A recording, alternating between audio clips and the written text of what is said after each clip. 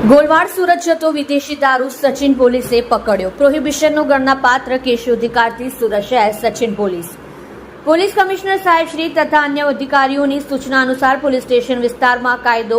અને વ્યવસ્થાની પરિસ્થિતિ જળવાઈ રહે તેમજ પ્રોહિબિશનની પ્રવૃત્તિ નેસ્ત નાબૂદ કરવા સંબંધે આપેલ સૂચના અને માર્ગદર્શન અનુસંધાને પોલીસ ઇન્સ્પેક્ટર આર દેસાઈ નાઓની સૂચના આભારે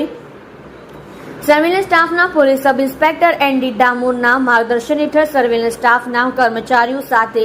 પોલીસ સ્ટેશન વિસ્તારમાં પેટ્રોલિંગમાં હતા તે દરમિયાન assistant head constable Indrajitsinh Amarsinh Vanar તથા પોલીસ કોન્સ્ટેબલ દશરથભાઈ માવજીભાઈ નાઓની સંયુક્ત બાતમી હકીકત આધારે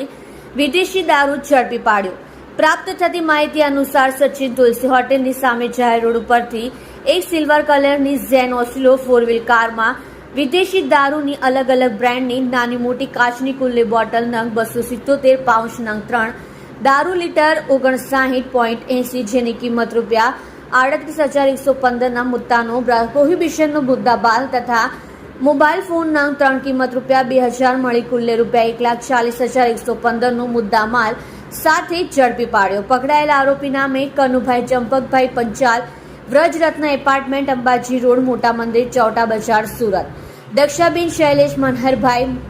રાણા, ઉંમર વર્ષ 32, રહેઠાણ C2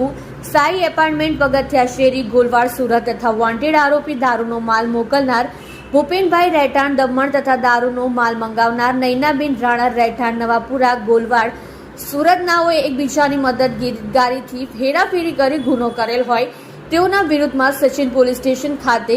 ગુનો દાખલ કરી પ્રોહિબિશનનો ગણનાપાત્ર કેસ શોધી કાઢી કાયદેસરની કાર્યવાહી કરી પ્રશંસનીય કામગીરી કરેલ